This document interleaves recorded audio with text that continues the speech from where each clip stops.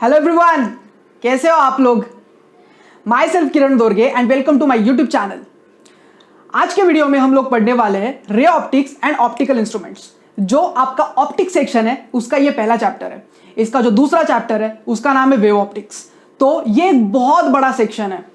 आप कोई भी एग्जाम देने वाले हो, जैसे कि IIT JEE mains and advance, अगर आप नीट के लिए प्रिपेयर कर रहे हो, आप कोई भी स्टेट के कॉमन एंट्रेंस एग्जाम के लिए पढ़ रहे हो, आप बोर्ड्स के एग्जाम लिखने वाले हो, NCERT बेस्ड एग्जाम देने वाले हो, तो इसके लिए ये जो सेक्शन है ये बहुत इंपॉर्टेंट रोल प्ले करता है।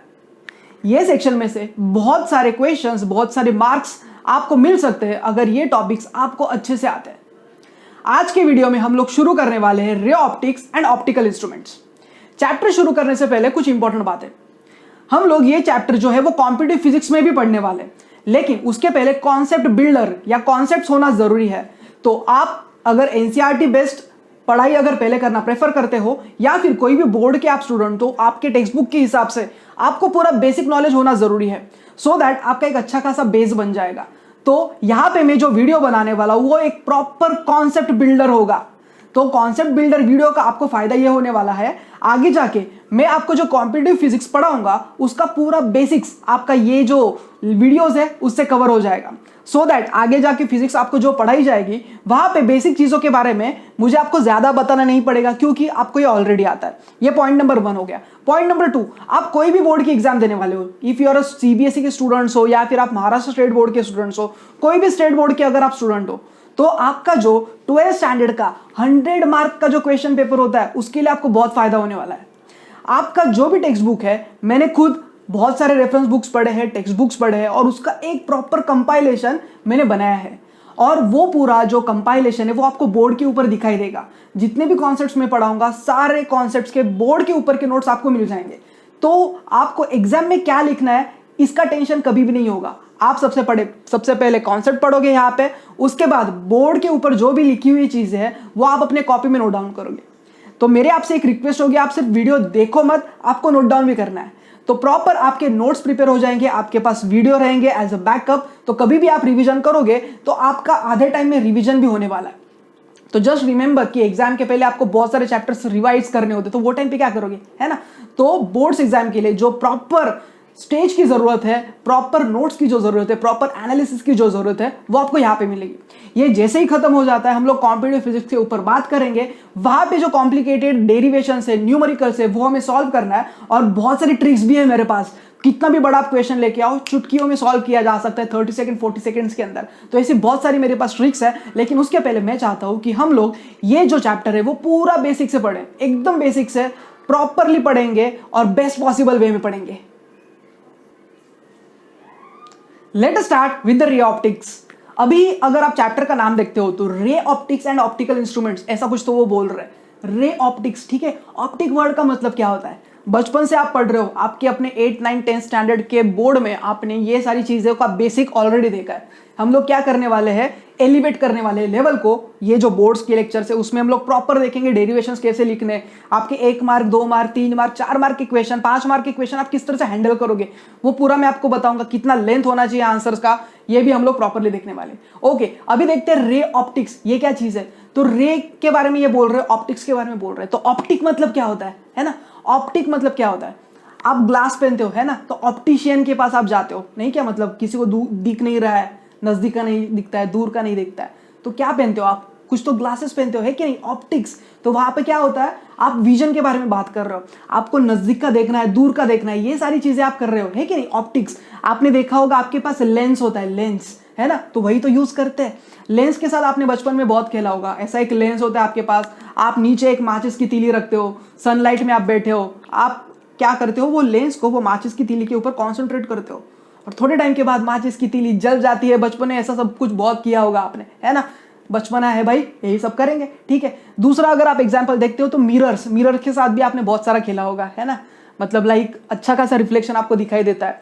कार अगर आप चला रहे हो या बाजू में भी अगर आप बैठे हो तो आप देख सकते हो कि पीछे का अगर आपको देखना है तो वहां पे भी आप कुछ मिरर्स यूज करते हो। दूसरा, अगर आप बाल कटाने गए हो, है कि नहीं, या फिर अगर आप शेव कर रहे हो, तो वो टाइम पे भी आप कोई ना कोई मिरर तो यूज करते हो ना, वहां पे आपको देखना पड़ता है। थोड़ा जूम करके देखना पड़ता है, तभी जाके आप प्रॉपरली अपने हेयर्स को कट डाउन कर सकते हो, है कि नहीं। तो ऐसे बहुत सारे एप्लीकेशंस है, हजारों एप्लीकेशंस है। दूसरा अगर आप एग्जांपल देखते हो तो माइक्रोस्कोप है आपके पास। अगर छोटी सी चीज अगर आपको ऑब्जर्व करनी है तो आपने अपने स्कूल लैब में किया होगा ना, ये एक माइक्रोस्कोप है आपके पास, नीचे आप ऐसा एक छोटा सा पट्टी रखते हो, उसके ऊपर एक छोटा सा आप एक स्पेस ही लेते हो, है ना, और उसको आप ऑब्जर्व करते हो। छोटी सी ग्लास की हल्की सी प्लेट उसके ऊपर रखते हो, उसके पहले उसके ऊपर लिक्विड डालते हो, और लिक्विड डालते समय टीचर आपको बोलती है कि वहां पे बबल्स नहीं होने चाहिए, अदरवाइज आप बबल्स को जूम करके देखोगे ना। हमें वो स्मॉल जो ऑर्गेजम है, वो सारी चीजें हैं, उसको ऑब्जर्व करना है। तो माइक्रोस्कोप देखा आपने, सिंपल माइक्रोस्कोप होता है। और बड़ी अगर चीज देखनी है आपको, दूर की चीज देखनी है, तो आपके पास टेलीस्कोप है। तो बहुत सारे दूर के जितने भी प्लैनेट्स है उसको ऑब्जर्व करने के लिए, गैलेक्सीज को ऑब्जर्व करने के लिए बड़े बड़े टेलीस्कोप बनाए गए। तो ये जो सारी चीजें हैं ये आती है आपके ऑप्टिक्स एंड इंस्ट्रूमेंट्स में। तो अभी क्वेश्चन ये आता है, ये सब क्यों पढ़ना है ना। तो अगर आप देखते हो तो चीजें हमेशा इवॉल्व होती रहती है, नई नई चीजें मार्केट में आती रहती है। तो देखो ना, कैमरा देखो ना आप अपना, अभी ये कैमरा जिससे मैं वीडियो बना रहा हूं, ये फोन का एक कैमरा है कि नहीं। या फिर आप एक प्रॉपर लेंसेज यूज करके, पावरफुल लेंसेज होते हैं, बहुत बड़े बड़े इमेजेस कैप्चर किए जाते हैं, वीडियो बनाते हैं। तो वो सब जो लेंसेज बनाते हैं ना, तो वो एडवांस लेंसेज है। लेकिन वो लेंसेज बनाने के लिए आपको सबसे पहले बेसिक लेंस क्या होता है ये तो पता होना चाहिए, उसका फोकस क्या होता है, उसका रेडियस क्या होता है, किस तरह से इमेज को एडजस्ट करना है। अगर ये सब पता है ना, तभी जाके वो आगे जाके आप मैन्युफैक्चर कर सकते हो। तो अगर आपको साइंटिस्ट बनना है, रिसर्चर बनना है, तो ये सारी बेसिक चीजों का नॉलेज होना आपके पास जरूरी है। तभी जाके बहुत सारे अच्छे रिसर्च पेपर आप लिखोगे एंड अपने देश का नाम रोशन करोगे, है कि नहीं। तो ये सारी चीजें अगर हमें पढ़नी है तो सबसे पहले हमें चैप्टर का मीनिंग समझना है, दैट इज रे ऑप्टिक्स। मतलब यहाँ पे हम लोग लाइट के रे के बारे में बात कर रहे हैं। ऑप्टिक्स मतलब हम लोग कुछ तो डिवाइस यूज करने वाले हैं। ये मिरर हो सकता है, प्लेन मिरर हो सकता है, कॉन्केव मिरर हो सकता है, कॉन्वेक्स मिरर हो सकता है ना। कॉम्बिनेशन ऑफ मिरर्स हो सकते हैं, कॉम्बिनेशन ऑफ लेंसेज हो सकते हैं, आपके पास रिफ्रैक्टिंग सरफेसेस हो सकते हैं। तो ये होता है रे ऑप्टिक्स का एक general meaning. And optical instruments मतलब क्या होता है, लेंसेज यूज करके हम लोग बहुत सारी चीजों को डिराइव करने वाले हैं, बनाने वाले हैं, उसका प्रैक्टिकल एप्लीकेशंस पढ़ने वाले हैं, उसको हम लोग बोलेंगे ऑप्टिकल इंस्ट्रूमेंट्स। तो ये हो गया चैप्टर का एक overall meaning. Late us discuss the introductory part of this chapter, ठीक है। ओके, तो यहां पे हम पढ़ने वाले हैं रे ऑप्टिक्स का इंट्रोडक्शन। रे ऑप्टिक्स वर्ड का मतलब क्या होता है, study of a light without considering a diffraction effect.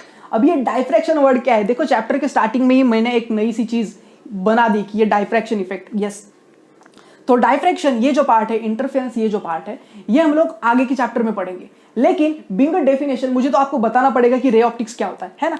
Physics generally दो भागों में या तीन भागों में हम लोग पढ़ सकते हैं। एक होता है माइक्रोस्कोपिक, मतलब एक स्मॉल के बारे में पढ़ना होता है ना। दूसरा होता है मैक्रोस्कोपिक, बहुत सारी चीजें एक साथ लेके आओ, है ना। और तीसरा होता है मीसोस्कोपिक, जहां पे आप थोड़ा सा बड़ा, माइक्रो से थोड़ा बड़ा पढ़ सकते हो, है ना। तो यहां पे हम लोग को क्या पढ़ना है, microscopic and macroscopic properties of light को पढ़ना होता है। तो यहां पे हम लोग क्या करने वाले हैं, एक लाइट का सिंगल रे लेंगे, single ray of a light, और उसके ऊपर ऑब्जर्वेशन करने वाले हैं। तो सिंगल रे ऑफ लाइट अगर आप लेते हो तो वहां पे हम लोग सिंगल रे ऑफ लाइट के साथ साथ कुछ और लाइट को अगर हम लोग देखते हैं, कंटिन्यूअस एक सोर्स ऑफ लाइट, तो वो आएगा मैक्रो में, और उसको हम लोग आगे के पार्ट में पढ़ने वाले। एनीवेज, तो डाइफ्रैक्शन ये वर्ड को वैसे ही रखो। शॉर्ट में मैं बता सकता हूं, कभी भी कभी लाइट रे अगर कोई कॉर्नर पे गिरती है तो वो थोड़ी सी अलग तरह से बिहेव करती है, इसको हम लोग बोल सकते हैं डाइफ्रैक्शन। तो वहां पे हम लोग क्या करते हैं, बेंडिंग होती है लाइट रे की, तो उसके लिए हम लोग डाइफ्रैक्शन ये वर्ड यूज करते हैं। इंटरफेरेंस वर्ड आपने वेव्स में पढ़ा होगा। अगर मैं एक पानी के अंदर पत्थर मारता हूं तो बहुत सारी वेव्स, रिपल एक जगह से दूसरी जगह पे जाती है। तो वो जो सारी चीजें हैं वो लाइट में भी पढ़नी होती है। That is a part of a second chapter. अभी क्यों बता रहा हूं, बिकॉज रे ऑप्टिक्स का शुरुआती यहां से होता है कि हमें डाइफ्रैक्शन इफेक्ट नहीं पढ़ना है, हमें लाइट के रेस को कंसिडर करना है। स्ट्रेट लाइन में वो जाएगी, एक पॉइंट से दूसरे पॉइंट पे जाएगी, खत्म हो गई बात। So that is the ray optics. अगर लाइट रे स्ट्रेट लाइन में कंसिडर कर रहे हो, so that is called the ray of light. And अगर बंडल ले रहे हो आप रेस का, तो उसको बोलते हैं बीम। तो दो चीजें पढ़ी हमने, एक तो बीम है और दूसरा है रे ऑफ लाइट। तो ये स्पेसिफिक जो चैप्टर है इसमें हम लोग किसके ऊपर फोकस करने वाले हैं, हम लोग रिफ्लेक्शन के ऊपर बात करने वाले हैं। मतलब हम लोग मिरर्स लेने वाले हैं, कॉनकेव मिरर, कॉन्वेक्स मिरर के बारे में ज्यादा बात होगी। प्लेन मिरर के बारे में आपने स्कूल टाइम में ज्यादा पढ़ा होगा। आपका जो 11th 12th स्टैंडर्ड का सिलेबस है वहां पे प्लेन मिरर के बारे में ज्यादा कुछ है नहीं। हमें जो पढ़ना है या हमारा जो काम है वो ज्यादा से ज्यादा क्वेश्चंस एग्जाम में जो आते हैं वो स्फेरिकल मिरर से आते हैं। तो कॉन्केव मिरर कॉन्वेक्स मिरर से रिलेटेड जितने भी डेरिवेशन है वो हमें करना है। दूसरा, हमें रिफ्रैक्शन के बारे में भी पढ़ना है। रिफ्रैक्शन मतलब स्नेल्स लॉ आपने स्कूल टाइम में पढ़ा होगा, है कि नहीं? या फिर हम लोग लेंसेस लेंगे, वहां पे भी हमें रिफ्रैक्टिंग सर्फेसेस को यूज करना है। तो ये जो सारी चीजें हैं, रिफ्लेक्शन, रिफ्रैक्शन, ये जो चीज है ये हमें ये स्पेसिफिक चैप्टर में पढ़नी है। हमें ये चैप्टर में क्या नहीं पढ़ना, हमें इंटरफेरेंस, डायफ्रैक्शन, ये जो सारी चीजें है वो ये चैप्टर में हम लोग इसके बारे में बात नहीं करने वाले हैं। ओके, तो यहां पे देखो हम लोग क्या कंसिडर करने वाले हैं, कुछ कंसिडरेशंस आपको पता होना चाहिए। मान लो मेरे पास एक लाइट का बल्ब है कि नहीं? लाइट का बल्ब है आपके पास, उसको ऑन करो। जैसे आप लाइट का बल्ब ऑन करते हो क्या होता है? लाइट जो है ऑल पॉसिबल डायरेक्शन में जाने की कोशिश करती है। लाइट चारों जगह पे जाएगी, है कि नहीं? तो लाइट अगर आपकी चारों जगह पे जा रही है तो इसका मतलब क्या है? लाइट जो है वो ट्रैवल कर रही है ऑल पॉसिबल वे में।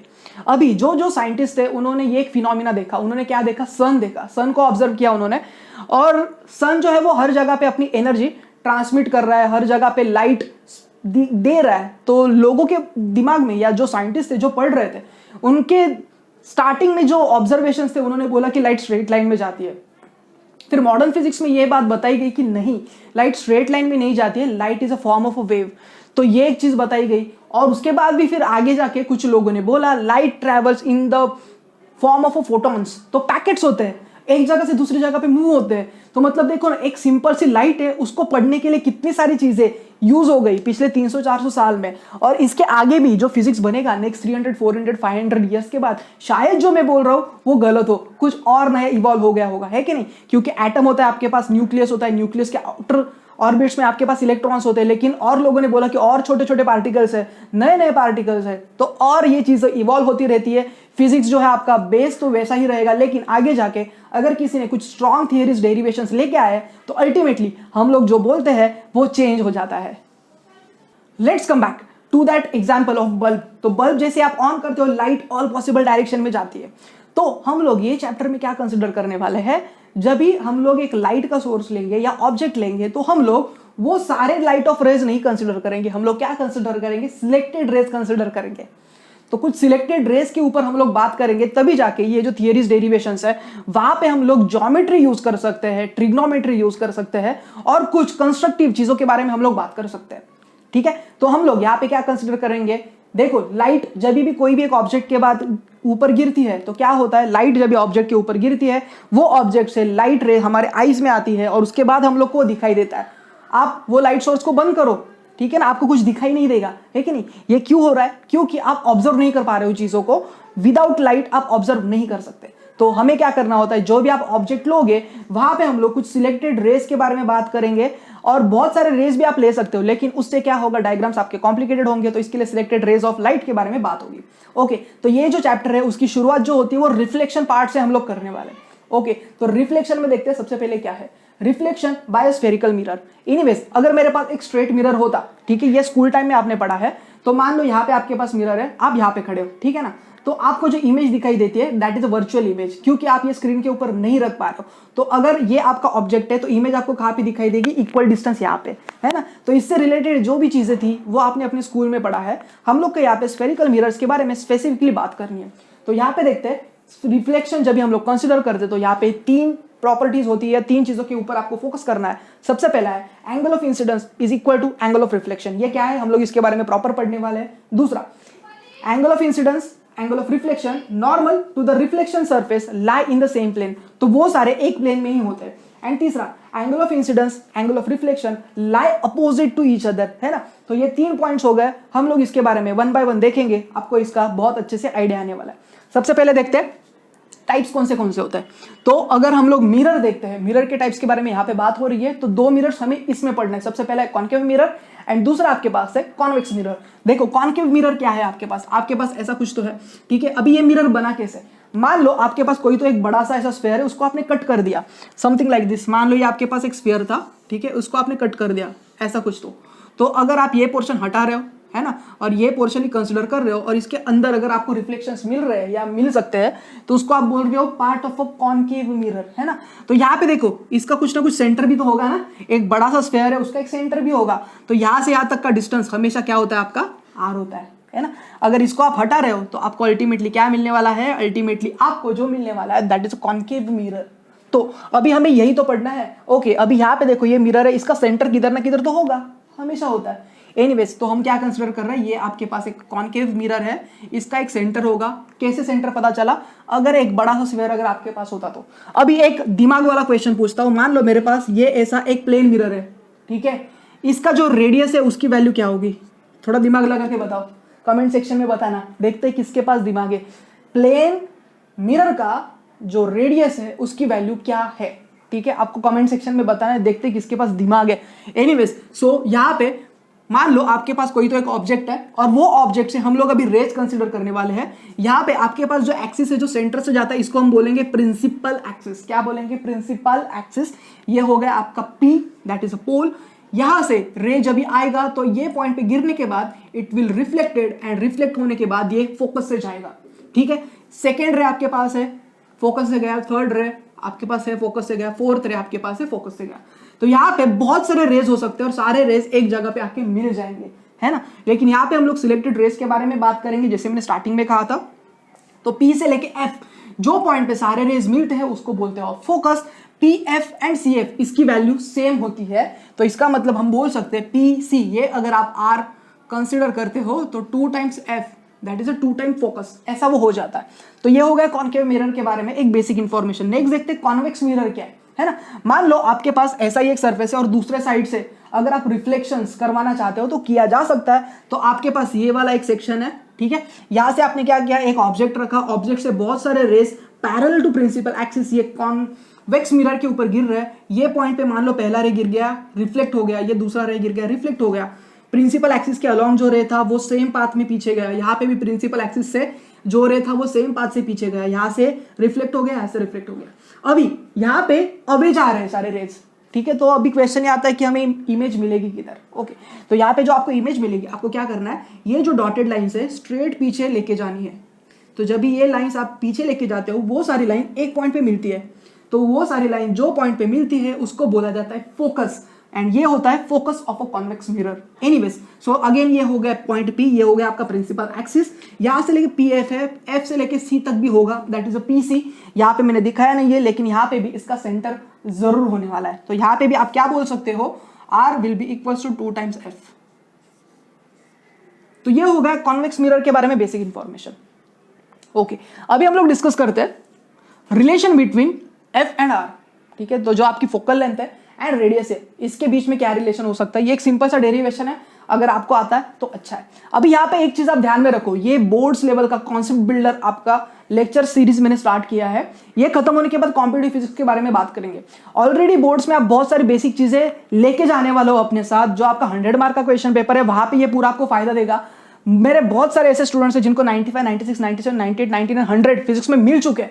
बहुत सारे भाई, कितने गिनाओ, आपको भी मिलने वाला है। कैसे? देखो, ये लेक्चर जैसे ही प्रोसीड होते रहेगा आपको कॉन्फिडेंस लगने लगेगा, अरे यस सर जो बोल रहे हैं वो एज इट इज एग्जाम में पूछा जा रहा है, या एज इट इज एग्जाम में जो पूछ रहा है उससे पैरेलल पढ़ाई हम लोग कर रहे हैं। तो सबसे पहले आपके कॉन्सेप्ट तो बिल्ड होते ही जा रहे हैं, लेकिन एग्जाम ओरिएंटेड भी तो काम हो रहा है। ऐसा नहीं होना है कि लाइक हम लोग रैंडमली कुछ तो पढ़ रहे हैं, नहीं, ये पूरा ऑर्गेनाइज्ड वे में आपको मिलने वाला है। एनीवेज, तो यहाँ पे देखो, जो मैं अभी आपको पढ़ाने वाला हूँ उसका बहुत हायर वर्जन, जब भी IIT JEE मेंस एडवांस और नीट का जब भी लेक्चर्स लूंगा ना, आप बोलेंगे, हिल जाओगे, आप बोलेंगे अरे सर ये क्या पढ़ा दिया आपने, ये तो बहुत ज्यादा एडवांस है। और इसके लिए ये मैं पूरा आपको बेस बना के दे रहा हूँ, सो दैट वहां पे जब भी मैं आपको सिखाऊंगा तो मुझे आपको बेसिक नहीं पढ़ाना पड़ेगा। वो टाइम पे देखो मैं बताऊंगा भी आपको कि आप प्रीवियसली जाके ये सारी वीडियोस देखो, तभी जाके अल्टीमेटली आपको फायदा होने वाला है। ये सब इंट्रोडक्टरी पार्ट है, ये बेसिक ही, ये सबको आना ही चाहिए। आप 12th स्टैंडर्ड के स्टूडेंट हो, आगे जो भी आपको पढ़ना है, आप MBBS करने वाले हो, आप डॉक्टर बनने वाले हो, आप इंजीनियर बनने वाले हो, आर्किटेक्ट बनने वाले हो, फार्मासिस्ट बनने वाले हो, आगे जाके आप जो भी करोगे, व्हाटएवर, BSc MSc व्हाटएवर, उसके लिए आपको ये बेसिक पता होना चाहिए। और उसके बाद कॉम्पिटिटिव फिजिक्स के लिए लेवल को अपग्रेड किया जाता है। तो जब भी मैं कॉम्पिटिटिव फिजिक्स पढ़ाऊंगा तो ये बेसिक आपको नहीं समझाऊंगा, वहां पे आपको डायरेक्टली एप्लीकेशन और इससे एडवांस डेरिवेशंस में आपको कराऊंगा, 100% कराऊंगा। आप वीडियोस देखते रहना, आप ऑनलाइन आते रहना, आप देखो वीडियोस को, अपने फ्रेंड्स के साथ भी शेयर करो, तभी जाके मुझे भी मजा आएगा, हम एक साथ ग्रो करेंगे। एनीवेज, यहाँ पे देखो relation between F and R। तो यहाँ पे मेरे पास 2 टाइप की मिरर है, सबसे पहला है कॉन्केव मिरर एंड दूसरा है मेरे पास कॉन्वेक्स मिरर। एनीवेज, हमारे पास कॉन्केव मिरर है। अभी देखो, ऑब्जेक्ट कहाँ पे भी हो सकता है, ठीक है, अभी मेरे पास ये प्रिंसिपल एक्सिस है, ऑब्जेक्ट कहाँ पे भी हो सकता है। हम लोग यहाँ पे सिर्फ एक लाइट ऑफ रे के बारे में बात कर रहे हैं, क्योंकि रे ऑप्टिक्स में हम लोग एक सिंगल लाइट ऑफ रे के बारे में बात कर रहे हैं, 2-3 लाइट ऑफ रे के बारे में बात करेंगे। तो यहाँ पे एक रे आया, that is a parallel to principal axis. तो पी बी, ये एक रे आया, ये पॉइंट पे गिर गया, ये पॉइंट से गिरने के बाद ये फोकस से जाएगा हमेशा, ठीक है। ओके, अभी यहाँ पे देखो, यहाँ से आपको एक डॉटेड लाइन बनानी है, जो ये पार्ट है इसको नॉर्मल होगी। देखो, जब हम लोग रिफ्लेक्शन के बारे में बात करते हैं, यहाँ पे शॉर्ट में बता देता हूँ आपको। सपोज ये मेरे पास एक प्लेन रिफ्लेक्टिंग सरफेस है, यहाँ से अगर आपकी लाइट आ रही है तो यहाँ पे आपका बनेगा एंगल ऑफ इंसिडेंस और ये होगा आपका एंगल ऑफ रिफ्लेक्शन, ठीक है ना। तो यहाँ पे अगर आप देखते हो ये angle of incidence, angle of reflection, और ये जो डॉटेड लाइन है इसको आप बोलेंगे नॉर्मल।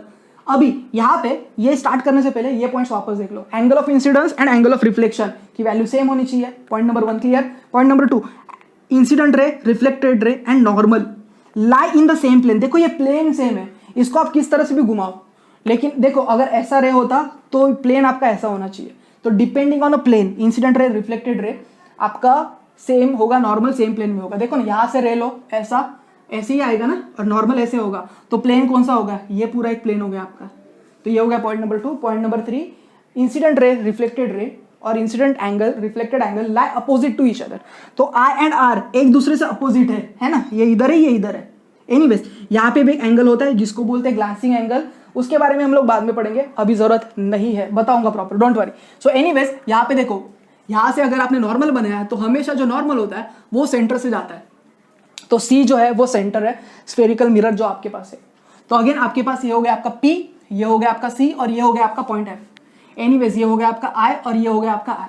तो यहाँ पे देखते हैं पी से लेके एफ तक का डिस्टेंस है स्मॉल एफ, और यहाँ से यहाँ तक का डिस्टेंस हम लोग ने कैपिटल आर से रिप्रेजेंट किया है। अभी हमें क्या प्रूव करना है, अभी हमें एफ और आर के बीच में रिलेशन प्रूव करना है। अभी तक हमें नहीं पता है कि आर जो है वो 2 टाइम्स एफ है या एफ जो है वो r/2 है, हमें नहीं पता है। हमें क्या करना है, ज्योमेट्री यूज करना है, मैथमेटिक्स यूज करना है, और उसके हिसाब से हम लोग बता सकते हैं। अभी देखो, ये जो रे है ना, ये प्रिंसिपल एक्सिस है। एक्चुअल में तो ये दिखने के लिए बड़ा दिख रहा है, लेकिन ये प्रिंसिपल एक्सिस के नजदीक होता है। तो इसकी वजह से ये जो पी बी, ये जो अप्रोक्सीमेटली स्ट्रेट लाइन कंसिडर कर सकते हो आप, एपर्चर बोलते हैं उसे, एपर्चर जो स्मॉल कंसिडर करना है, तभी जाके पूरा डेरिवेशन आप लिख पाओगे, अदरवाइज डेरिवेशन नहीं बन सकता। एनीवेज, सो मेरे पास क्या है, एंगल ए बी सी और एंगल बी सी एफ, ये क्या है मेरे पास आई, तो ये भी क्या होगा, ये भी तो आई होगा, है ना। एंगल मेरे पास सी बी एफ, ये किसके बराबर है, आर के बराबर, ये हम लोग ने लिख दिया। ट्रायंगल सी बी एफ, देखो ये ट्रायंगल सी बी एफ ये कंसिडर किया आपने, इसमें आई और आर की वैल्यू सेम है, ठीक है।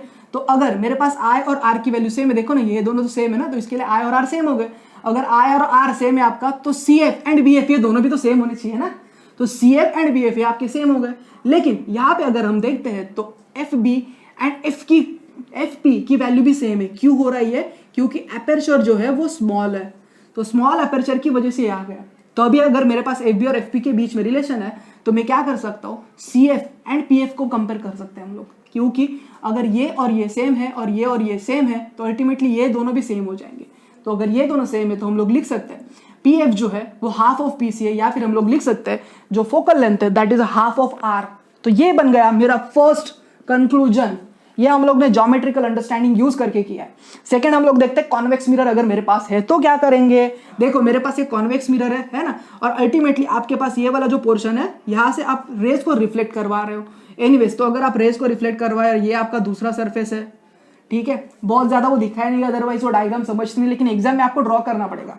तो प्रिंसिपल एक्सिस को पैरेलल आपने एक रे कंसिडर किया, ये पॉइंट बी पे गिरा, यहां से रिफ्लेक्ट हो गया। यहाँ पे अगेन आपने एक नॉर्मल बनाया, ये जो नॉर्मल है वो हमेशा सेंटर से जाता है। अभी ये रिफ्लेक्टेड रे है, इसको आप नीचे खींचो, तो जब भी आप नीचे खींचोगे तो ये पॉइंट एफ पे मिलेगा। तो अगेन यहाँ पे आपके पास पी एफ और एफ सी है, सेम चीज है, ये आई है ये आर है। अगर ये आई और ये आर है तो अल्टीमेटली ये वाला जो एंगल होगा दैट विल बी आर, और ये पैरेलल और ये पैरेलल, तो इसके लिए ये आपका एंगल होगा आई। तो अगर आप triangle B F C consider करते हो तो ऊपर जैसे किया था सेम आपको यहाँ पे करना है। आई और आर की वैल्यू अगर सेम है तो C F and B F की वैल्यू भी सेम होगी। लेकिन हम लोग बता सकते हैं F B and P F की वैल्यू भी सेम है, क्योंकि अगर ये अपर्चर छोटा है तो अगर ऐसा है तो हम लोग बोल सकते हैं F C is equal to B F equal to P F, तो हम बोल सकते हैं P F equal to F C. तो इससे हम लोग बोल सकते हैं P F equal to half of P C, और इससे हम लोग कंक्लूड कर सकते हैं जो फोकस है मेरा that is a half of R. तो ये बन गया focal length and relate radius for convex mirror. Let's have a quick recap. अभी तक हम लोग ने क्या क्या पढ़ा। इंट्रोडक्शन में सबसे हम लोग ने देखा रे ऑप्टिक्स किसको बोलते हैं, उसके बाद रे का डेफिनेशन देखा, उसके बाद बंडल का डेफिनेशन देखा। सिंगल लाइट अगर आपके पास है तो रे बोलते हो, बहुत सारे रेज एक साथ कनेक्ट करो उसको आप बंडल बोलते हो। उसके बाद हम लोग को क्या पढ़ना है, हमें रिफ्लेक्शन रिफ्रैक्शन के बारे में डिटेल में बात करनी है। दूसरा हमें क्या नहीं पढ़ना, डायफ्रैक्शन, पोलराइजेशन, और उसके बाद हम लोग को इंटरफेरेंस, ये सारी चीजों के बारे में इसमें बात नहीं करनी है। डायफ्रैक्शन एंड इंटरफेरेंस के बारे में हमें इसमें बात नहीं करनी है। खत्म होने के बाद आपने रिफ्लेक्शन का पहला लॉ देखा, I = R होता है। Incident ray, reflected ray, normal, line same plane. Incident ray, reflected ray opposite होते हैं। उसके बाद हम लोग ने दो मिरर्स के बारे में बात किया। आपके पास कॉनकेव मिरर है ना, पैरेलल रेज आ गए, एक पॉइंट पे मिले, वो पॉइंट को क्या बोलते हो आप, फोकस बोलते हो, है ना। सो PF = FC होता है। तो ये अगर आप बड़ा सा स्फीयर कंसीडर करते हो, उसको कट करना है, तभी जाके आपको कॉनकेव एंड कॉन्वेक्स मिरर्स मिलेंगे। एनीवेज, ये खत्म होने के बाद जो दूसरा था, it was about a convex mirror. यहां से पैरेलल लाइट रेज आए, अपोजिट डायरेक्शन में मूव हुआ, ये डॉटेड लाइंस को पीछे लेके आओ, एक पॉइंट पे मिलेंगे, उसको क्या बोलोगे आप, फोकस बोलोगे, उसका भी रेडियस होगा। ये खत्म होने के बाद आपने F और R के बीच में रिलेशन निकालने की कोशिश की। F और R के बीच में रिलेशन कैसे निकालोगे, सबसे पहले आप देखो डायग्राम। डायग्राम में आपको क्या करना था, एक कॉनकेव मिरर यूज करना था। तो आपके पास क्या है, एक कॉनकेव मिरर है, तो ऐसे बनाओ, जिधर बनाना आपको बनाओ। इधर आपने बनाया, प्रिंसिपल एक्सिस से एक रे आया, इधर से इधर गया, रिफ्लेक्ट होने के बाद ये पॉइंट से गया। यहाँ पे आप एक नॉर्मल बनाओगे, है ना। तो ये नॉर्मल बनाने के बाद आपको ये एक ट्रायंगल मिला, और उसके बाद ये एक डिस्टेंस आपको निकालना है। So this equal distance equal to this equal, तभी आप बोलेगे F = R/2 के बराबर होता है। सेकंड होता है आपके पास कॉन्वेक्स मिरर। कॉन्वेक्स मिरर बनाओ, कैसे भी बनाओ, इधर बनाओ, इधर बनाओ, जिधर आपको बनाना है, you are free to move. तो ये ऐसे बनाया, यहां से एक गया, राइट के रेज आए, रिफ्लेक्ट हो गए, यहां से आप डॉटेड लाइन पीछे खींचो, है ना। तो रिफ्लेक्ट होने के बाद डॉटेड लाइन आपकी इधर आ गई। यहाँ पे आपके पास नॉर्मल आपको बनाना है जो सेंटर से जाएगा। आपके पास ये एक ट्रायंगल है, और आपके पास this distance equal to this distance है, तो दिस इक्वल टू दिस हो गया। तो F = R/2। I hope so ray optics and optical instruments का इंट्रोडक्शन आपको बहुत अच्छे से समझा है। Late us discuss the concept of concave mirror. और यहां पे हम लोग देखने वाले हैं मिरर फॉर्मूला क्या होता है। अगर देखें तो यहां से आपका चैप्टर जो है वो एक्चुअली में स्टार्ट होता है। यहां से आपको बहुत सारे डेरिवेशंस मिलने वाले हैं, सिंप्लीफाइड फॉर्म में बताऊंगा। दूसरी चीज देखो, ये जो मैं बोर्ड के ऊपर लिख रहा हूं ना, ये एक कॉम्पैक्ट वर्जन है। अगर आप कोई भी रेफरेंस बुक, टेक्स्ट बुक पढ़ रहे हो ना, तो बहुत कुछ वो लिख देते हैं, तो उसको शॉर्ट में लिखना एग्जाम में हमें आना चाहिए। That is the ultimate purpose. तो इसलिए तो इतना मेहनत हो रहा है। तो ये कॉन्सेप्ट बिल्डर लेक्चर्स जो है, उसका आपको वही फायदा होने वाला है कि सारी चीजें आपको बोर्ड के ऊपर मिलने वाली है। तो एग्जाम में क्या लिखना चाहिए वो आपके दिमाग में टेंशन नहीं होगा। सो यहाँ पे जितने भी डेरिवेशंस में लूंगा, तो उसको याद कैसे करते हैं, मतलब लाइक, और खुद से कैसे रिप्रोड्यूस करेंगे एग्जाम के टाइम में। तो एक बार मैं आपको सिखाऊंगा, ये आपके दिमाग में ये परमानेंट फिक्स हो जाएगा। जिंदगी में कभी भी, मार्क माय वर्ड्स, जिंदगी में कभी भी आप ये नहीं भूलने वाले हो। ओके, चलो। तो यहां पे हम लोग मिरर इक्वेशन देखेंगे, मिरर फॉर्मूला देखेंगे। तो इसके पहले हम लोग ने क्या देखा था, हम लोग ने कॉनकेव मिरर देखा था, कॉन्वेक्स मिरर देखा था। उसमें रिफ्लेक्शन किस तरह से होता है इसके बारे में हम लोग ने बात की थी। हमने फोकस के बारे में बात किया था, हमने रेडियस के बारे में बात किया था, है कि नहीं। अभी हमें क्या करना है, हमें अभी प्रॉपर ऑब्जेक्ट रखना है प्रिंसिपल एक्सिस के ऊपर, और वहां से हमें मिरर इक्वेशन निकालना है। तो मिरर इक्वेशन निकालना है मतलब क्या करना है, हमें फोकल लेंथ, रेडियस, ऑब्जेक्ट का distance from pole and image का डिस्टेंस फ्रॉम अ पोल, तो ये जो सारी चीजें इसके बीच में रिलेशन लेके आना है, और वही चीज को बोलते हैं मिरर इक्वेशन, या फिर उसको बोला जाता है मिरर फॉर्मूला। तो अभी हम लोग वेरियस केसेस देखेंगे। सबसे पहले अगर देखते तो कॉनकेव मिरर, तो कॉनकेव मिरर में दो पॉसिबल टाइप्स है। तो सबसे पहला है कि ऐसा इमेज जो रियल होता है, एंड दूसरा जो है वो हम लोग वर्चुअल इमेज देखेंगे। तो ये कॉनकेव मिरर की दो पॉसिबल टाइप्स है जो एग्जाम पॉइंट ऑफ व्यू हमारे लिए जरूरत है। और नेक्स्ट जो है वो कॉन्वेक्स मिरर। तो कॉन्वेक्स मिरर में एक ही टाइप होता है। तो अगर आपको ये आता है ना, तो बाकी के दोनों आप इजीली लिख लोगे, ओरली लिख लोगे, ओरली। ओके, तो यहां पे हम लोग सबसे पहले देखते हैं कि कॉनकेव मिरर क्या है। एग्जाम में जब भी आप लिखोगे ना, तो ये डायग्राम आपको फर्स्ट पेज पे लिखना है, उसके बाद आपको एक्सप्लेनेशन लिखना है, उसके बाद आपको डेरिवेशन लिखना है, ठीक है। ABC ये सीक्वेंस आपकी होनी चाहिए। अभी मैंने यहाँ पे क्यों ड्रॉ किया है, सो दैट मुझे एक्सप्लेन करने में आसानी होगी, ठीक है। यहाँ पे अगर मैं ड्रॉ करता हूँ तो थोड़ा सा ड्रॉबैक हो जाता है, मुझे प्रॉपरली वो एक्सप्लेन करने के लिए स्पेस नहीं मिलता। तो इसके लिए ये बड़ी डायग्राम है, तो यहाँ पे अगर मैं ड्रॉ करता हूँ तो मैं प्रॉपर आपको एक्सप्लेन कर पाऊंगा, ठीक है। Okay, so let us start concave mirror. और यहाँ पे जो केस दी है वो रियल इमेज दी है। तो एग्जाम में भी जब भी आप क्वेश्चन पेपर आपके सामने आएगा तो ये क्वेश्चन जो है वो 3 मार्क के लिए आ सकता है पक्का, ठीक है। तो अगर 3 मार्क के लिए अगर क्वेश्चन आ रहा है तो रियल इमेज दिया है, वर्चुअल इमेज दिया है, क्या दिया है वो पढ़ो, क्योंकि एग्जामिनर जब भी आपकी कॉपी इवैल्यूएट करेगा तो वो टाइम पे देखेगा कि आपकी डायग्राम क्या है। फाइनल आंसर तो मोस्ट ऑफ द स्टूडेंट का करेक्ट ही होता है, लेकिन अगर आपने डायग्राम ही गलत बनाया तो वो सीधा 0 दे देगा, वो सोचेगा भी नहीं आगे। तो diagram has to be correct. Anyways, तो यहाँ पे देखो हमें क्या करना है, सबसे पहले हमें एक कॉन्केव मिरर लेना है। ओके, आपके पास एक प्रिंसिपल एक्सिस है, this is a point P. Okay, अभी आपको क्या करना है, आपको एक ऑब्जेक्ट लेना है और let that object is A B. तो ए बी से आपने रिप्रेजेंट किया है। देखो, कोई भी ऑब्जेक्ट के ऊपर जब लाइट गिरती है ना तो वो ऑब्जेक्ट से रिफ्लेक्शन होकर हमारी आंखों में जाता है और बाकी की फिर वो सारी चीजें प्रोसेस होगा, जो भी होगा उसके बाद आपको दिखाई देगा। ये एक सिंपल सा फंडा है, ये डे टू डे लाइफ में आपने पढ़ा है।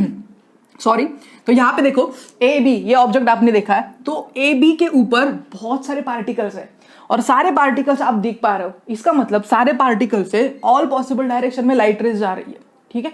तो यहाँ पे जो भी डायग्राम हम लोग बनाएंगे ना तो वहां पे हम लोग 3-4 रेस ही लेंगे और वो रेस यूज करके हम लोग आगे का डेरिवेशन प्रोसीड करेंगे।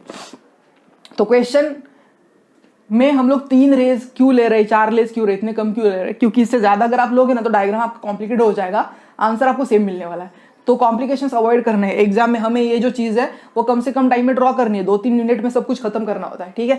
दूसरी बात, ये डायग्राम जब भी ड्रॉ करोगे आप आपके एग्जाम में तो आपको प्रोपोर्शनल डायग्राम ड्रॉ करनी है। प्रोपोर्शनल डायग्राम का मतलब होता है पेज के हिसाब से आप ड्रॉ करो, ठीक है। कहने का मतलब है, देखो यहाँ पे बता देता हूँ, मान लो ये मेरे पास पेज है, ठीक है, और यहाँ पे आपके पास बाउंड्रीज है, समथिंग लाइक दिस, है ना। तो बीच में आपको फिक्स करना होता है इतने स्पेस में। हाफ पेज यूज कर सकते हो आप, कोई दिक्कत नहीं, ठीक है ना। तो इतना तो आपको करना पड़ेगा। बहुत बड़ी डायग्राम अननेसेसरी मत बनाओ, जितनी बड़ी डायग्राम आप बनाते हो ना उतना ज्यादा आपका टाइम वेस्ट होता है एग्जाम में एंड इससे आपको कुछ फायदा भी नहीं होने वाला एडिशनल, ठीक है। एनीवेज, सो यहाँ पे मेरे पास ए बी है, तो ए बी के ऊपर का कोई भी एक पॉइंट कंसिडर करो, कोई भी एक पॉइंट जो आपको चाहिए। तो हम लोग कंसिडर करते हैं एकदम टॉप वाला पॉइंट, तो पॉइंट ए कंसिडर किया। जो भी पॉइंट आप कंसिडर करोगे ना वहां से 3 रेस के बारे में बात करोगे आप। सबसे पहले प्रिंसिपल एक्सिस को पैरेलल आपको ड्रॉ करना है, तो हमने ड्रॉ किया ए एम जो प्रिंसिपल एक्सिस के पैरेलल में है और यहां से ये रे की ये डायरेक्शन है। उसके बाद पॉइंट एम से ये रिफ्लेक्ट होगा। हमने देखा है कोई भी रे अगर पैरेलल टू प्रिंसिपल एक्सिस है तो रिफ्लेक्ट होने के बाद वो हमेशा फोकस से जाता है। तो ये ए एम रिफ्लेक्ट होने के बाद फोकस से गया तो ये गया आपका फोकस से। दूसरा, ये पॉइंट से पॉइंट पी पे आपका एक लाइट का रे जाने वाला है और यहाँ पे ये नॉर्मल जैसा प्रिंसिपल एक्सिस को आप कंसिडर कर सकते हो। तो ये बन गया आपका आई। रिफ्लेक्ट होने के बाद जो एंगल होगा दैट विल बी आर। तो यहाँ पे देखो लॉ ऑफ रिफ्लेक्शन आप यूज कर सकते हो। इंसिडेंट रे, रिफ्लेक्टेड रे सेम होते हैं। Incident ray, reflected ray and normal जो है वो सेम प्लेन में लाई करते हैं और उसके बाद आई और R, angle of incidence, angle of reflection की वैल्यू सेम होती है। तो ये 3 चीजें हो गई आपकी, ठीक है। तो यहां से तीसरा जो रे है वो यहां से आएगा, सेंटर से जाएगा।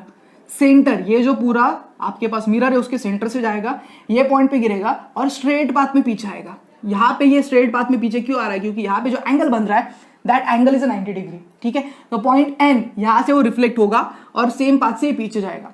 तो ये सारे पॉइंट जब भी रिफ्लेक्ट हो रहे हैं तो एक पॉइंट पे मिलते हैं। तो पॉइंट ए के जितने भी रेस थे निकल रहे थे वो सारे रिफ्लेक्ट होने के बाद एक पॉइंट पे मिलते हैं और ये हो गए ए डैश। सो ए डैश क्या है, A dash is a image of a point A, ठीक है। जो ए बी का ए है उसका ये इमेज बन गया। अभी अगर आप इसके ऊपर और दूसरे पॉइंट भी लेते हो, मान लो यहाँ पे आपके पास पॉइंट है, ड्रॉ नहीं करूंगा समझाऊंगा। तो यहाँ से पैरेलल जाएगा, रिफ्लेक्ट होने के बाद एफ से आएगा और इधर किधर तो मिलेगा। दूसरा इंसिडेंट, यहां से अगर आप कंसिडर करते हो तो इंसिडेंट एंगल, रिफ्लेक्टेड एंगल यहां से जाएगा।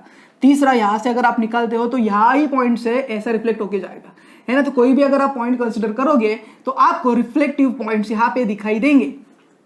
सो बी के लिए भी करोगे तो भी आपको फाइनल आंसर यहाँ पे ही दिखाई देगा। तो अल्टीमेटली 3 रेस से भी हमारा काम हो रहा है, तो आगे क्यों डिस्कस कर रहे हैं। Okay, let's have a quick recap. अभी तक आपने जो भी पढ़ा वो सबसे पहले आपने क्या किया, एक स्फेरिकल मिरर लिया। कौन सा मिरर लिया आपने कॉनकेव मिरर लिया। 3 रेस के बारे में बात की। सबसे पहला पैरेलल टू प्रिंसिपल एक्सिस, दूसरा reflect angle of incidence, angle of reflection, और तीसरा सेंटर ऑफ कर्वेचर जाएगा परपेंडिकुलर होके वो वापस सेम पाथ में पीछे आएगा। ओके, तो ये हो गई बेसिक डायग्राम। अभी क्वेश्चन आता है, डायग्राम ड्रॉ किया है तो डायग्राम का नाम आपको लिखने आना चाहिए। तो डायग्राम का नाम लिखने आना चाहिए आपको। क्या लिख सकते हो, representation for concave mirror real image. नहीं पता तो जो लिखा है वही वापस लिख के। डायग्राम होने के बाद अभी होता है डिस्टेंसेस को लिखना। ओके, तो यहां पे देखो डिस्टेंसेस कैसे लिखते हैं, एक सिंपल तरीका बताता हूं, बहुत ज्यादा नहीं सोचना है इसके ऊपर, स्ट्रेट फॉरवर्ड में जो बता रहा हूं वो सुनो। मान लो ये आपका पोल, ठीक है, ओके, और यहां पे है आपका ऑब्जेक्ट, तो पॉइंट पी से जो ऑब्जेक्ट का डिस्टेंस आप काउंट करोगे, ये साइड में जो भी होगा वो आपको नेगेटिव लेगा। यहां से पॉइंट पी से ये साइड में आप जो भी देखोगे, ठीक है, राइट साइड में जो भी देखोगे आप, that has to be positive. हमेशा ध्यान में रखो, पॉइंट पी के ऊपर जो भी होगा वो पॉजिटिव एंड पॉइंट पी के नीचे जो होगा वो नेगेटिव। खत्म हो गई बात, ठीक है। इसमें बहुत ज्यादा अलग अलग तरीका कार्टेशियन कोऑर्डिनेट सिस्टम वगैरह पढ़ने की जरूरत नहीं है, इतना ही हमें एग्जाम के लिए चाहिए। तो जो चीज ज्यादा इंपॉर्टेंट नहीं है वो मैं कम टाइम में भी तो बता सकता हूँ, और जो ज्यादा इंपॉर्टेंट है वहां पे हम लोग ज्यादा टाइम डिवोट कर सकते हैं। Anyways let's have a quick recap. Point P से आपको सारे डिस्टेंसेस काउंट करने हैं। तो पॉइंट पी से अगर लेफ्ट साइड पे जा रहे हो तो नेगेटिव, पॉइंट पी से राइट साइड पे जा रहे हो तो पॉजिटिव, पॉइंट पी के ऊपर अगर काउंट कर रहे हो तो पॉजिटिव, पॉइंट पी के नीचे अगर काउंट करो तो नेगेटिव। खत्म। अभी ये पॉइंट पी सारे के सारे लेफ्ट में है, तो पॉइंट पी से ऑब्जेक्ट कहां पे आपका पॉइंट बी पे है। सो पी से लेके बी तक का जो डिस्टेंस है उसको आपने बोला है यू। ये जो नेगेटिव है वो हम लोग आगे डेरिवेशन में लिखेंगे, फिलहाल तो सिर्फ लिख दो।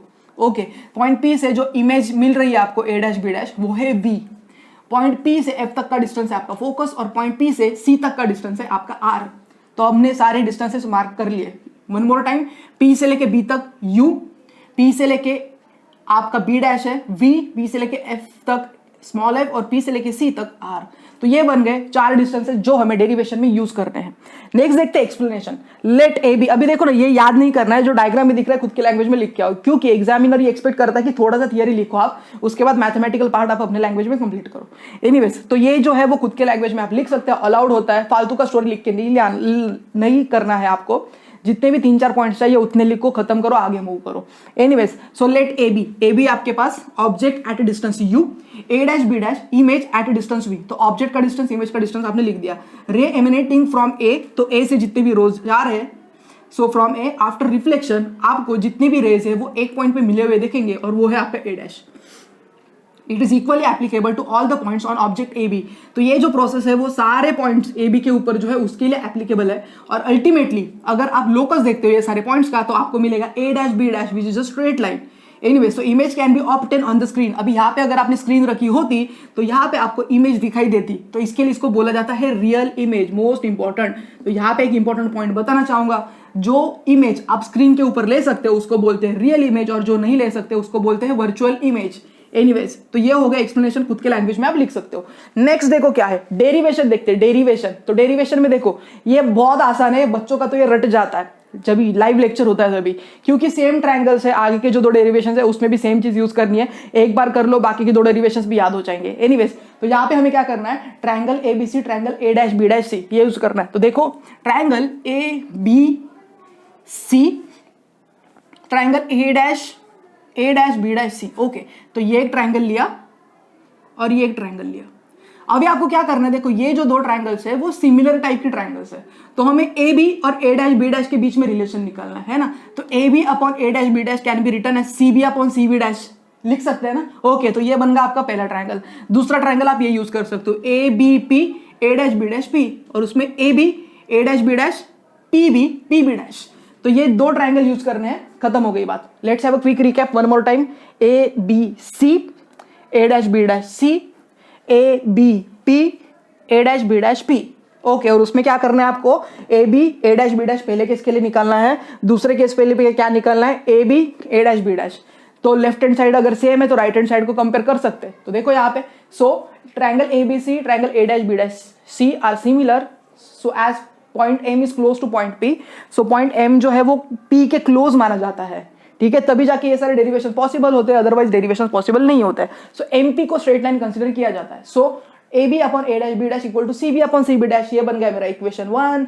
Triangle A B P, triangle A dash B dash P similar, so A B upon A dash B dash equal to P B upon P B dash, है ना। तो C B upon C B dash, P B upon P B dash. तो मेरे पास left hand side अगर same है तो right hand side को क्या कर सकते हैं, compare. So compare in equation 1 and 2, तो आपके पास क्या है, C B upon C B dash equal to P B upon P B dash.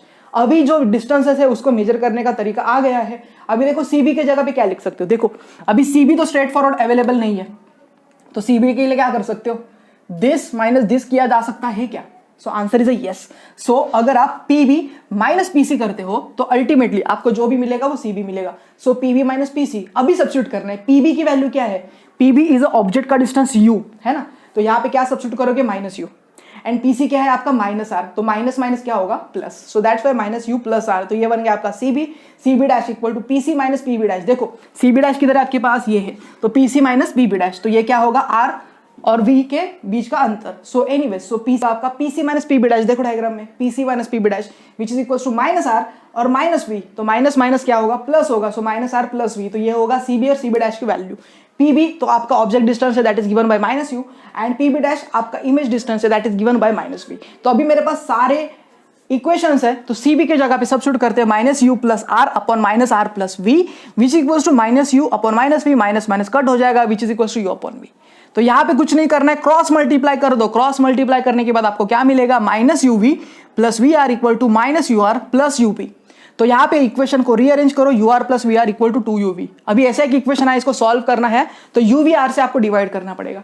So divide करते हैं इक्वेशन को, so divide equation by uv r on both the sides, so u r upon uv r plus v r upon uv r equal to 2uv upon uv r। तो इसमें से u r इसमें से cut हो जाएगा, second इसमें से v r cut हो जाएगा, और इक्वल टू में से uv अपॉन uv कट हो जाएगा। तो फाइनल क्या बचेगा 1 upon v plus 1 upon u equal to 2 upon r which is equal to 1 upon f। और ये जो इक्वेशन मिला ये बहुत इंपॉर्टेंट इक्वेशन और इसको बोलते हैं mirror equation. Let's have a quick recap, हम लोग ने अभी तक क्या क्या पढ़ा। हमने क्या किया, सबसे पहले हम लोग ने एक डायग्राम ड्रॉ की। यहां पे देखो मेरे पास डायग्राम में आपने क्या किया था, सबसे पहले आपके पास एक कॉनकेव मिरर था, मेरे पास देखो आपने प्रिंसिपल एक्सिस लिया, इसके ऊपर ऑब्जेक्ट रखा, तीन रेज के बारे में बात की। सबसे पहले parallel to principal axis, after reflection किधर से जाएगा फोकस से जाएगा, दूसरा आई पे गिरेगा रिफ्लेक्ट होगा, है ना, और तीसरा सेंटर से जाएगा और सेम पास से पीछे आएगा। यहाँ पे आपको मिलेगा ए डैश बी डैश। चार ट्रायंगल्स के बारे में बात किया आपने, कौन सा था A B C upon A dash B dash, C A B P upon A dash B dash P, और उसके बाद A B upon A B dash equal to P B upon P B dash, A B upon A B dash equal to C B upon C B dash. So P B upon P B dash equal to C B upon C B dash को compare करो, respective value substitute करो, उसके बाद you V R से आपको divide करना है। Final answer क्या आएगा 1 upon U plus 1 upon V equal to 2 upon R equal to 1 upon F. तो ये था आपका मिरर इक्वेशन। ओके, अभी एक लास्ट पॉइंट, मिरर फॉर्मूला किसको बोलते हैं, एग्जाम में 1 मार्क के लिए क्वेश्चन पूछते हैं और बोलते हैं मिरर फॉर्मूला कॉन्वेक्स मिरर के लिए लिखो। ओके, तो लिख सकते हो आप, या कॉनकेव मिरर के लिए, रियल के लिए बोला है, वर्चुअल के लिए बोला है, सबके लिए आंसर सेम है। So mirror formula is a relation between focus of a length, distance of object and distance of a image. So relation between F U and V, इसको ही बोला जाता है mirror formula. Let us discuss second type of a concave mirror and it is for virtual image. Anyways, अभी diagram कैसे draw करना है, derivation को कैसे प्रोसीड करना है, इसके पहले वाला अगर आपको डेरिवेशन आता है तो ये आपको इजीली आ जाएगा, 100% एश्योरेंस। देखो यहाँ पे क्या करना है, सबसे पहले आप एक कॉनकेव मिरर लोगे, तो ये आपके पास एक कॉनकेव मिरर है जिसको आपने बना के रखा है। ओके, अभी पहले केस में आपने जो ऑब्जेक्ट रखा था वो फोकस से अवे रखा था। अब ये जो सेकेंड केस है, इसके लिए आपको ऑब्जेक्ट को फोकस के आगे रखना है, तो मतलब ये आगे रखोगे। पहले केस में यहां पे रखा था, सेकंड केस में अभी आप पोल के नजदीक लेके आओगे, तो ये ए बी हो गया आपका ऑब्जेक्ट। अभी हमें क्या करना है, तीन रेस के बारे में बात करना है, सेम प्रोसीजर यूज करनी है। तीन रेस कौन से होंगे, सबसे पहला पैरेलल टू प्रिंसिपल एक्सिस, तो प्रिंसिपल एक्सिस से पैरेलल होके ये इधर से इधर जाएगा और ऐसे ये रिफ्लेक्ट होगा। सेकेंड, तो जब ये रिफ्लेक्ट होगा तो यहां से ये फोकस से जाएगा। सेकेंड, एंगल ऑफ इंसिडेंस यहाँ पे बनाएगा, सिंस ये नॉर्मल है 90 डिग्री जैसा एक्ट कर रहा है ये पूरा सरफेस, तो ए से पी तक जाएगा और पी से ये रिफ्लेक्ट होगा, so this is R. So angle of incidence, angle of reflection same है। तीसरा पॉइंट ए से आएगा और यहां पे ये परपेंडिकुलर गिरेगा, तो परपेंडिकुलर पे जैसे ही गिरता है तो सेम पाथ से ये पीछे आएगा, और पीछे ये किधर से जाएगा, सी से जाएगा, सेंटर से जाएगा। तो इसको नाम देते हैं एम और नीचे हम लोग नाम देते हैं। अभी ये जो पूरा का पूरा अपर्चर है ना वो छोटा है, तभी जाके ये डेरिवेशन आप लिख सकते हो। अभी यहाँ पे सारे रिफ्लेक्शन के बाद तो अभी जा रहे हैं, तो इमेज तो किधर तो बननी चाहिए, तो बनती है, रुको। तो यहाँ पे क्या करना है, ये जो स्ट्रेट लाइन है इसको पीछे खींचो, ये वाली जो है इसको पीछे खींचो, ये वाली है इसको पीछे खींचो, सारे एक पॉइंट पे मिलेंगे और वो पॉइंट होगा आपका ए डैश। ठीक है, तो अभी आपके पास है ए डैश, एंड अगर आप दूसरा कोई पॉइंट लेते हो ऑब्जेक्ट ए बी पे और सबके लिए सेम प्रोसीजर फॉलो करते हो तो आपको रिस्पेक्टिव पॉइंट्स यहाँ पे दिखने जाएंगे। तो अगर आप सारे पॉइंट्स को कनेक्ट करते हो तो जो एक लोकस आपको मिलेगा that is A dash B dash, और ये हो गया आपकी इमेज। तो ऑब्जेक्ट है आपके पास ए बी, इमेज है आपके पास ए डैश बी डैश। अभी हमें क्या करना है, अभी हमें एफ वी यू और आर के बीच में रिलेशन निकालना है, इसके लिए तो हम लोग इसको बोल रहे हैं मिरर फॉर्मूला। तो एनीवेज यहां से यहां तक ए बी आपका होगा यू, ठीक है, ए डैश बी डैश आपका पॉइंट पी से होगा वी, पी से लेके एफ तक का डिस्टेंस है आपका F, that is a focus, and P से लेके सी तक का जो डिस्टेंस है वो आप रेडियस ऑफ कर्वेचर आर से रिप्रेजेंट कर रहे हो। डायग्राम ड्रॉ किया है तो डायग्राम को नाम लिखना पड़ेगा, नाम क्या लिखोगे, representation for concave mirror in case of virtual image. तो अगर नहीं पता तो जो क्वेश्चन है वही वापस लिख दो।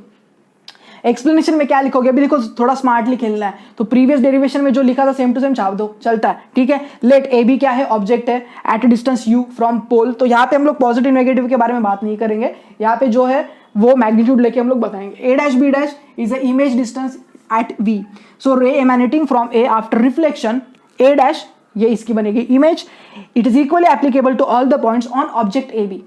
Next point, image can not be obtain on the screen, तो इसके लिए हम लोग इसको बोलते हैं वर्चुअल इमेज। कैसे पता चलेगा, इसके पीछे कुछ स्क्रीन लेके जाओ आपको कुछ दिखेगा नहीं, है ना, और यहाँ पे आपको बड़ी इमेज दिखाई दे रही है, एनलार्ज इमेज दिखाई दे रही है, और जैसा ऑब्जेक्ट आपने रखा है वैसा ही आपको इमेज भी दिखाई दे रहा है। सो एनीवेज तो ये हो गए एक्सप्लेनेशन के पॉइंट्स। अभी देखते हैं डेरिवेशन। डेरिवेशन के लिए यहाँ पे देखने की जरूरत है क्या, नहीं, अभी हमें क्या करना है, सेम ट्रायंगल्स यूज करने हैं, A B C A dash B dash C, one more time, A B C A dash B dash C, so A B upon A dash B dash equal to C B upon C B dash. तो ये बन गया मेरा पहला case, है ना, थोड़ा मजाक किया। दूसरा है A B P A dash B dash P, A B P A dash B dash P, so A B upon A dash B dash equal to P B upon P B dash. तो A B मिल गया हमें, तो right hand side को compare करते हैं, same procedure use करना है। उसके बाद आप क्या करोगे, C B dash P B dash के लिए रिलेशन निकालो, खत्म कर दो इक्वेशन को, फाइनल आंसर आपका सेम ही रहने वाला है। तो यहाँ पे देखते हैं derivation, triangle ABC A dash B dash C are kind of similar, so as point M is a close to point P, तो एम पी के नजदीक है, सो एम पी को स्ट्रेट लाइन कंसिडर करेंगे, so A B upon A dash B dash equal to C B upon C B dash. Okay, so triangle A B P A dash B dash P similar, तो क्या लिखोगे, A B upon A dash B dash equal to P B upon P B dash. देखो मेरा तो बायट हो गया, बच्चों का भी बायट हो जाता है, दो ही तो ट्रायंगल्स है, दो ट्रायंगल्स के पेयर में पढ़ना है, खत्म हो गई बात। सो कंपेयर करना है 1 और 2 को, तो C B upon C B dash equal to P B upon P B dash. तो सी बी के जगह पे क्या लिखोगे, केयरफुली लिखना है, तो सी बी है सी बी, ठीक है ना। तो सी बी के बारे में डायरेक्ट डिस्टेंस तो अवेलेबल नहीं है, कैसे करोगे, थोड़ा दिमाग लगा के बताओ। सी बी चाहिए हमें, ठीक है, कैसे करोगे, सी बी चाहिए, देखो, so P C minus P B कर सकते हो क्या, और उसके बाद पी बी डैश अगर आपको चाहिए तो यहां से यहां तक, सी बी डैश अगर आपको चाहिए तो सी बी डैश देखो बड़ा है, तो यहां से यहां तक ऐड कर सकते हो क्या, तो आंसर यस है, तो कर सकते हैं। तो C B P C minus P B, P C की जगह पे लिखोगे माइनस आर और पी बी की जगह पे लिखोगे माइनस यू, लेकिन माइनस माइनस क्या हो जाएगा, प्लस। सिमिलरली सी बी की जगह पे P C plus P B dash आएगा, so this plus this, so minus R plus V, तो ऑलरेडी यहाँ पे प्लस आ गया है, पी बी माइनस यू है और पी बी आपका वी है, केयरफुली सब्स्टिट्यूट करना यहाँ पे।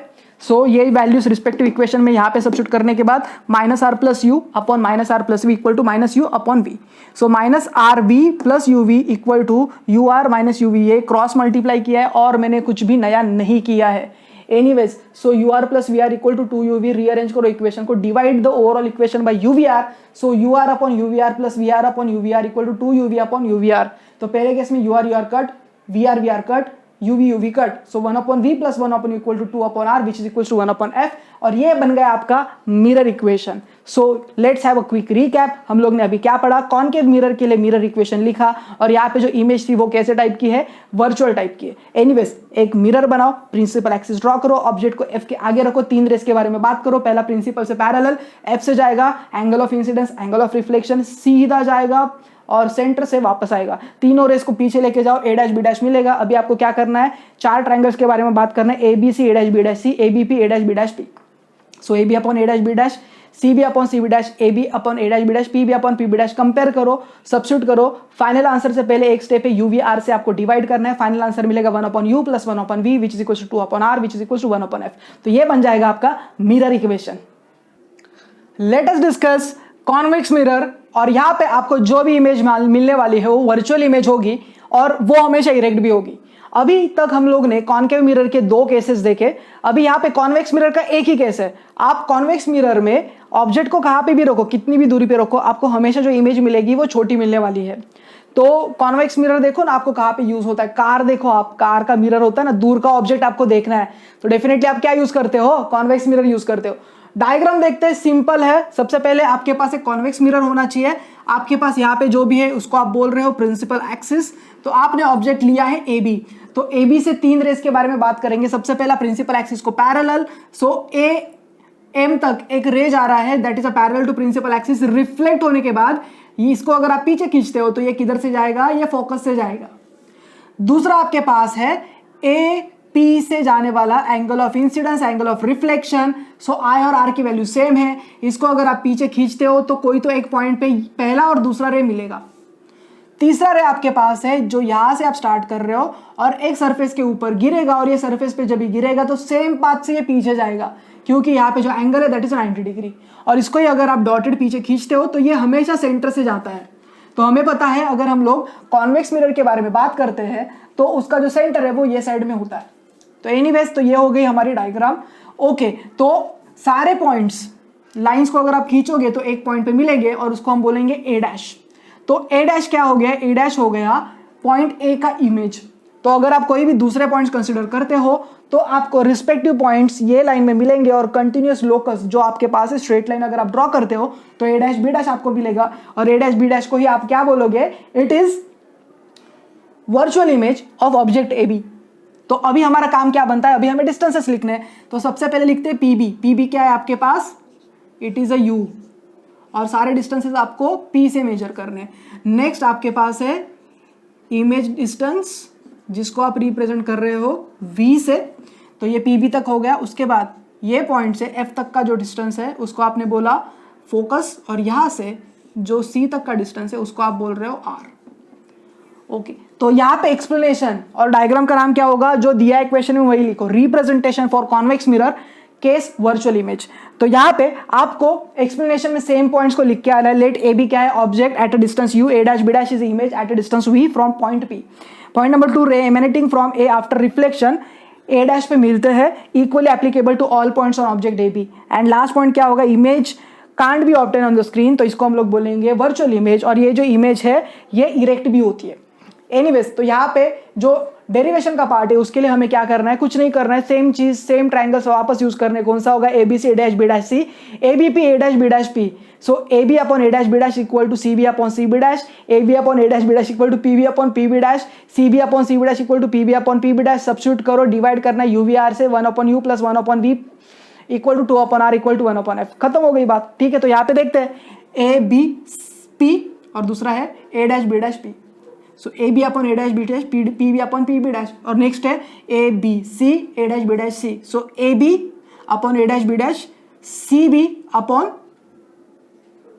क्या होगा इसमें, सी बी डैश। ओके, तो ये मिल गए हमें ट्रायंगल्स, और उसके हिसाब से मैंने यहाँ पे लिखे इक्वेशन। सिमिलर है जो पहले 2 डेरिवेशंस की है वैसा ही है। कंपेयर करना है C B upon C B dash, P B upon P B dash. C B की जगह पे क्या लिखोगे, देखो सी बी किधर, ये पूरा है ना। सो u प्लस आर को ऐड करना पड़ेगा आपको, लेकिन यहाँ पे साइन लिखना है आपको। So minus U plus R, और C B dash P C minus P B dash equal to R minus V. P B आपका माइनस यू है, पी बी डैश आपका वी है। सब्स्टिट्यूट करो ये वैल्यूज ये इक्वेशन में। So R minus U upon R minus V equal to minus U upon V. So rearrange करते equation को एंड डिवाइड करो यू वी आर से, तो फाइनल आंसर मिलेगा 1 upon V plus 1 upon equal to 2 upon R equal to 1 upon F. तो इसको बोलते हैं mirror equation in case of a convex mirror. तो आई होप सो जितने भी मिरर इक्वेशन हम लोग ने आज के वीडियो में देखे वो आपको बहुत अच्छे से समझे। अभी आपको सिर्फ वीडियो देखना नहीं है, अभी आपको क्या करना है, नोटबुक लेके बैठना है और प्रॉपरली मैंने जितना भी बोर्ड पे ऊपर लिखा है ना ये सारा आप कॉपी डाउन करो।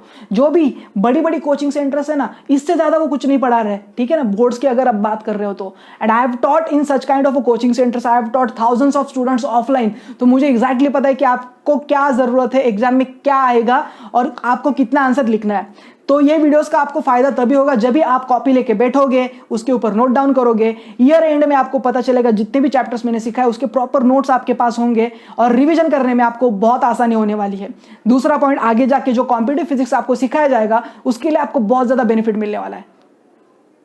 Let us discuss the next part, that is a linear magnification in case of a spherical mirrors। अभी यहां पे देखते हैं कि ये सब क्या सीन है। देखो मैग्निफिकेशन का मतलब क्या है, अगर मेरे पास कोई भी एक मिरर है और उसके सामने अगर मैंने ऑब्जेक्ट रखा, अगर उसकी साइज अगर हमें सेम दिखाई दे रही है तो there is no magnification, same है height of a image, height of object. लेकिन अगर आप कुछ कर्व वाले मिरर्स यूज करते हो, अगर आप कॉनकेव मिरर यूज कर रहे हो, कॉन्वेक्स मिरर यूज कर रहे हो, तो डिपेंडिंग ऑन अ मिरर आपको आइदर बड़ा ऑब्जेक्ट दिखाई देगा या छोटा ऑब्जेक्ट दिखाई देगा। तो उस तरह से हम लोग बोल सकते हैं इसको मैग्निफिकेशन। अभी हमने कॉनकेव मिरर का रियल इमेज देखा है ना, तो हमें कुछ मैग्निफिकेशन दिख सकता है। हमने वर्चुअल केस देखा, उसमें ऑब्जेक्ट बड़ा दिख रहा था, पहले केस में आपको ऑब्जेक्ट छोटा दिख रहा था। कॉन्वेक्स मिरर देखो, आपको ऑब्जेक्ट हमेशा डिमिनिश दिखाई दे रहा है, छोटा दिखाई दे रहा है ना। तो ये जो मैग्निफिकेशन की चीज है, ये एग्जाम के लिए बहुत काम की बात है, एक बार के लिए हमेशा इसके ऊपर क्वेश्चन आता है। और अगर हम लोग मैग्निफिकेशन में speed of object, speed of image के बारे में बात करें तो भी इसके ऊपर क्वेश्चन आता है। तो ये तो हो गई बोर्ड से रिलेटेड बात। अगर जेईई मेंस एडवांस और नीट के बारे में बात कर दे तो इसके बहुत सारे और एडवांस फॉर्मूले हैं जो हम लोग बाद में देखने वाले हैं, अभी उसकी जरूरत नहीं है। अभी सिर्फ बेसिक के ऊपर खेलते हैं, बेसिक जो चीजें है वो हम अच्छे से करेंगे, सो दैट आगे जो फिजिक्स होगा वो आपको आसान जाने वाला है। तो सबसे पहले देखते हैं linear magnification of a spherical mirrors.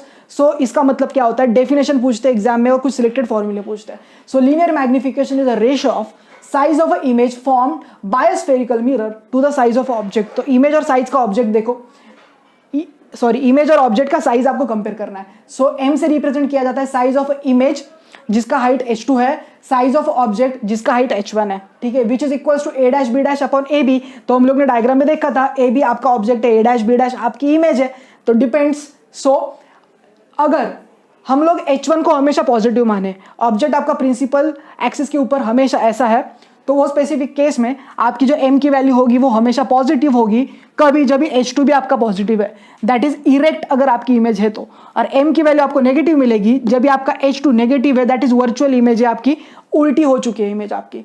तो ये दो केसेस है। अभी इसमें रिलेटेड कुछ एग्जाम्पल देखते हैं हम लोग। मिरर इक्वेशन कॉनकेव के लिए रियल इमेज का जो डेरिवेशन हम लोग ने पढ़ा है उसका डायग्राम याद करो। तो अगर वो डायग्राम याद करते हो आप, तो A B upon A dash B dash equal to upon P B dash, है ना। तो ये हो गया आपके लिए एक रिलेशन। तो हम लोग लिख सकते हैं h1 upon minus h2 which is equal to minus U upon minus V. तो ये हम लोग कहाँ से ले रहे हैं, वहां से ले रहे हैं। अगर एग्जाम में ऐसा कुछ पूछा आपको तो आप सीधा सीधा ये हटा के डायरेक्टली ये इक्वेशन लिख सकते हो, क्योंकि कितना लिखोगे आप, 1-2 मार्क के लिए आपको लिखना है।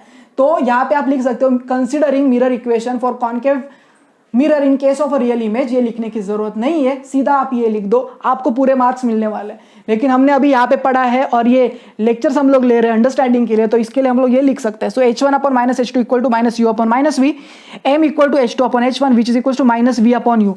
यहाँ पे m की वैल्यू आपको मिल गई नेगेटिव, ये स्पेसिफिक केस में आपको नेगेटिव मिल रही है। अभी यहाँ पे कुछ नोट का पार्ट है जो हमेशा आपको पता होना चाहिए। नोट में देखो क्या बोल रहा है, तो आपके पास कंडीशन है और इमेज फॉर्म कैसे होगी उसके बारे में हम लोग देख रहे हैं। तो अगर m की वैल्यू ग्रेटर देन 1 है, m की वैल्यू ग्रेटर देन 1 है, तो आपकी जो इमेज है वो बड़ी है एज कंपेयर टू ऑब्जेक्ट। सो हमेशा image form will be enlarged. Next है आपके पास m less than 1, so image form will be diminished, image आपको छोटी दिखाई देगी। m अगर आपका पॉजिटिव है तो इरेक्ट इमेज आपको दिखाई देने वाली है और ये वर्चुअल होगी। और m अगर आपका नेगेटिव है तो इन्वर्टेड इमेज दिखाई देगी आपको, दैट इज अ रियल। तो अभी ये 4 केसेस हो गए, m greater than 1 enlarged, m less than 1 diminished, m positive erect, m negative inverted। ये वर्चुअल रियल रिस्पेक्टिव हो गया। अभी 2 केसेस है यहाँ पे। कॉनकेव मिरर अगर आप कंसीडर करते हो तो मैग्निफिकेशन पॉजिटिव या फिर नेगेटिव हो सकता है, लेकिन कॉन्वेक्स मिरर अगर आप कंसीडर करो तो m की वैल्यू हमेशा आपकी पॉजिटिव होने वाली है। तो ये हो गया कुछ केसेस एंड ये नोट का पार्ट है। अभी एग्जाम में आपको कुछ फॉर्मूले पूछते हैं जो मैग्निफिकेशन से रिलेटेड है, तो यहाँ पे फॉर्मूले देखते हैं। हमारे पास एक इक्वेशन है mirror formula 1/u plus 1/v equal to 1/f। तो हमें क्या करना है, हमें मैग्निफिकेशन चाहिए। तो मैग्निफिकेशन मतलब क्या करना है, v और u के टर्म में ये इक्वेशन को लेके आओ। तो अगर ये इक्वेशन को आप v और u के टर्म्स में लेके आ रहे हो तो बन गया आपका मैग्निफिकेशन। तो u और v के टर्म्स में लेके आने के लिए क्या करना पड़ेगा, मल्टीप्लाई करो v को ये पूरे इक्वेशन में, तो v upon U plus 1 equal to v upon f। तो v अपॉन यू चाहिए ना, तो v अपॉन यू या 1 इधर जाएगा, सो v अपॉन f माइनस 1। और इसको आगे सॉल्व करोगे तो क्या आएगा, v minus f upon f।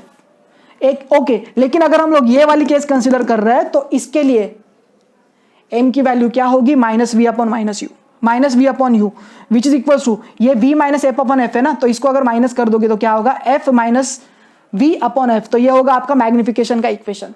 तो ये हो गए आपकी m की वैल्यू। सिमिलरली आप u से भी मल्टीप्लाई करके v अपॉन यू के टर्म्स को एक साथ लेके आ सकते हो, तो वही करना है। सो मल्टीप्लाई करते हैं u से, तो 1 plus U upon V equal to U upon F, rearrange करो u upon V equal to U upon F minus 1 which is equal to U minus F upon F. So m की value होगी minus V upon U which is equal to F upon F minus U. तो ये again आपके पास बन गया magnification का second formula, है ना, f और ये v के टर्म में है और ये f और u के टर्म में है। आपको ये फॉर्मूला यूज करके फाइनल आंसर अगर आपको पता है तो 1 या 2 मार्क के न्यूमेरिकल भी इसके ऊपर बनते हैं। एग्जाम के लिए आपको ये फॉर्मूले प्रिपेयर्ड रखने हैं। ये खत्म होने के बाद ये एक क्वेश्चन है, ये कॉम्पिटिटिव फिजिक्स में पूछा गया था एक बार, लेकिन ये बोर्ड्स में आने के भी चांसेस होते हैं। एक बार देख लेते हैं हम लोग relation between velocity of object and velocity of image क्या होगा। तो सिंपल है ये, अगर मेरे पास डिस्टेंस है डिफरेंशिएट कर दो, खत्म हो गई बात। So 1 upon V plus 1 upon equal to 1 upon F, ये इक्वेशन हमारे पास है। डिफरेंशिएट करना है with respect to time. So यहाँ पे 1 अपॉन वी का जो डेरिवेटिव होता है minus 1 upon V square D V upon D T, 1 upon U का होता है minus 1 upon U square D U upon D T.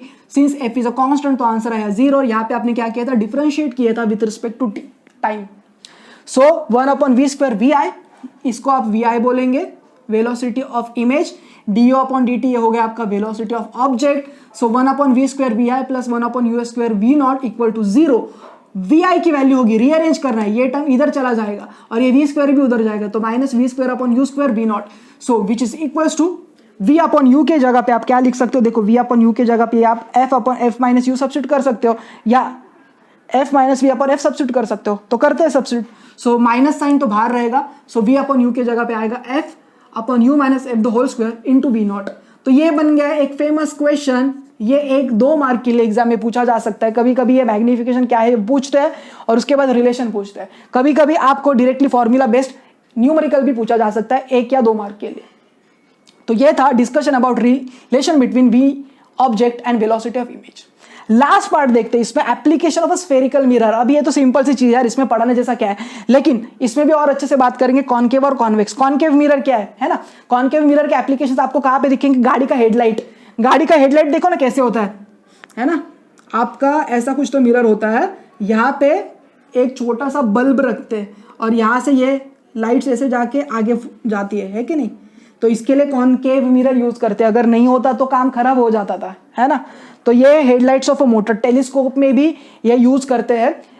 जो न्यूटन ने टेलीस्कोप बनाया था उसमें ये मिरर को यूज किया गया था। सोलर कुकर देखो ना, सोलर कुकर, ठीक है, सनलाइट आपके पास है और सनलाइट आपको एक जगह पे जमा करनी है। तो अगर आपके पास प्रॉपर ऐसा रिफ्लेक्टिंग सरफेस है तो एक जगह पे सनलाइट को जमा करके आप फूड को प्रॉपरली कुक कर सकते हो, तो है ना। कॉनकेव मिरर का एक एप्लीकेशन, शेविंग करनी है, मेकअप के लिए जो मिरर्स यूज करते हैं ना, आपको वहां पे फेस को थोड़ा जूम करके देखना होता है। तो पहले जमाने में तो जूम करने के लिए आज के जमाने के जैसे कैमरे थे नहीं, तो रेडीमेड मिरर अगर आप यूज कर रहे हो कॉनकेव वाला, तो आपका मेकअप का काम बनने वाला है ना। और नेक्स्ट एक कॉन्वेक्स मिरर के कुछ एप्लीकेशन, स्ट्रीट लैम्प देखो, स्ट्रीट लैम्प, तो स्ट्रीट लैम्प पे आपके पास कॉन्वेक्स मिरर को यूज करते हैं। क्यों यूज करते हैं, आपके पास ऐसा कुछ होता है ना, और यहाँ पे अगर ऑब्जेक्ट रखा तो सारी लाइट कैसे होगी, दूर जाएगी, समथिंग लाइक दिस, तो डिस्पर्स करना है लाइट को। तो दैट्स वाई कॉन्वेक्स मिरर जो है वो स्ट्रीट लैम्प में यूज करते हैं एज अ रिफ्लेक्टर।